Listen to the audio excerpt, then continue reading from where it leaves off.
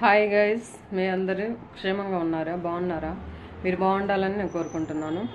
ఇన్ని రోజులు రోజు న్యూస్ చూస్తున్నాను, కాకపోతే వీడియో చేయాలి అనుకోలేదులే, కానీ ఈరోజు చేస్తున్నాను. ఎందుకు అంటే పరిటాల ప్రవీణ్ గారిని చంపాలి అనుకున్నారు కొందరు, చంపేశారు. అంతటితో వదిలేసాలి. నీకు పాపం అనిపిస్తే పాపం అనంటే, లేదంటే సైలెంట్ అవ్వాలి. అంతేగాని ఒక ఆవిడైతే పాట పాడింది. ఏం పాట ఇది? పరిటాలు పగిలిందా అని పాట పాడింది. మూతి కూడా తిప్పింది తను. ఎలా తిప్పింది? ఇట్ట అని తిప్పింది. మనకి రాదు అలా. ఎందుకంటే ఆమెకి పక్షపాతం వచ్చిన వాళ్ళు కూడా ఏంటంటే అలా మూతి తిప్పటం అంత తేలిగ్గా వాళ్ళకి కూడా రాదండి. కాకపోతే కరెక్ట్గా నిజంగా చాలా బాగా యాక్టింగ్ చేసింది. పక్షపాతం ఎలా వస్తుంది, మూతికి వస్తే ఎలా ఉంటుంది అనేసి ఆమె చాలా బాగా చేసింది అనమాట. ఫ్యూచర్లో మాత్రం ఖచ్చితంగా ఆమెకి అదే వ్యాధి రాబోతుందేమో. అందుకే ముందుగానే ఆమె ఫేస్ని ఆమె చూసుకుంది. అద్దంలో చూసుకోలేదు, తను వీడియోలోనే చూసుకొని ఉంటుంది. ఆమె చూసుకున్నది కనుక మనందరం ప్రపంచం మొత్తానికి చూపించింది. అబ్బాబ్బాబ్బా సూపర్ తనైతే. మరి చిన్నప్పటి నుంచి తను అద్దం చూసుకుందో లేదో నాకు తెలియదు. కాకపోతే అద్దం చూసుకొని ఉంటే తను ఈ వీడియో చేసేది కాదు. ఎందుకంటే అంత చండాలంగా ఉంది ఆ ఫేసు. అమ్మ తల్లే, ఎప్పటికైనా ఎదుటి వాళ్ళని కించపరచుకో. తెలుసా, తన ప్రాణం ఎలాగో పోయింది, చంపబడ్డారు అన్న విషయం అందరికీ తెలిసిందే. నువ్వు కొత్తగా పాట పాడి నువ్వేదో గొప్పగా సోషల్ మీడియాలో మంచి పేరు తెచ్చుకుంటాను, ఏదో నాకు లైక్స్ వస్తాయి, నేను ఒక సోషల్ మీడియాలో గుర్తుండిపోతాను జనాలలో, నా ఫేస్ అందరికి గుర్తుండిపోతుంది అని నువ్వు కొంచెం హ్యాపీగా ఫీల్ అవుతున్నావేమో. కానీ ఒకటి గుర్తుపెట్టుకో, నువ్వు మంచి చేయకపోయినా పర్లేదు, ఎదుటి వాళ్ళని కించపరచుకో, అవమానించుకో.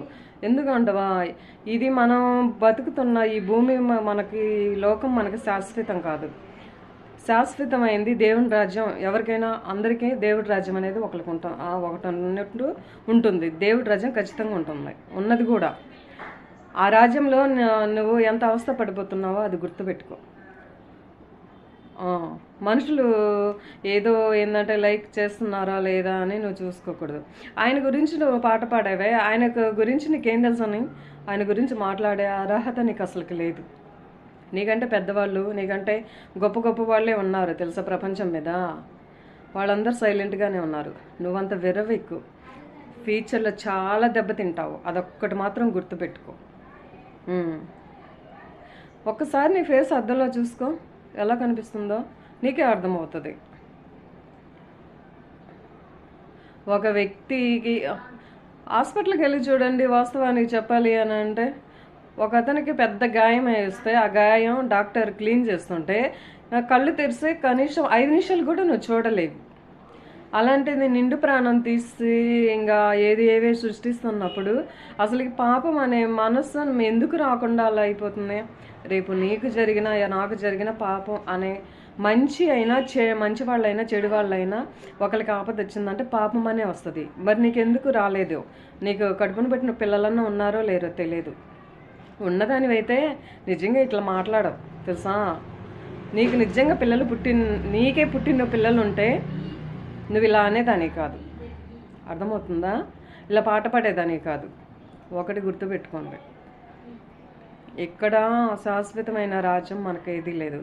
ఒక రాజ్యం అంటూ ఉంది అని అంటే పైన ఉంది, దేవుడి దగ్గర రాజ్యం ఉంది.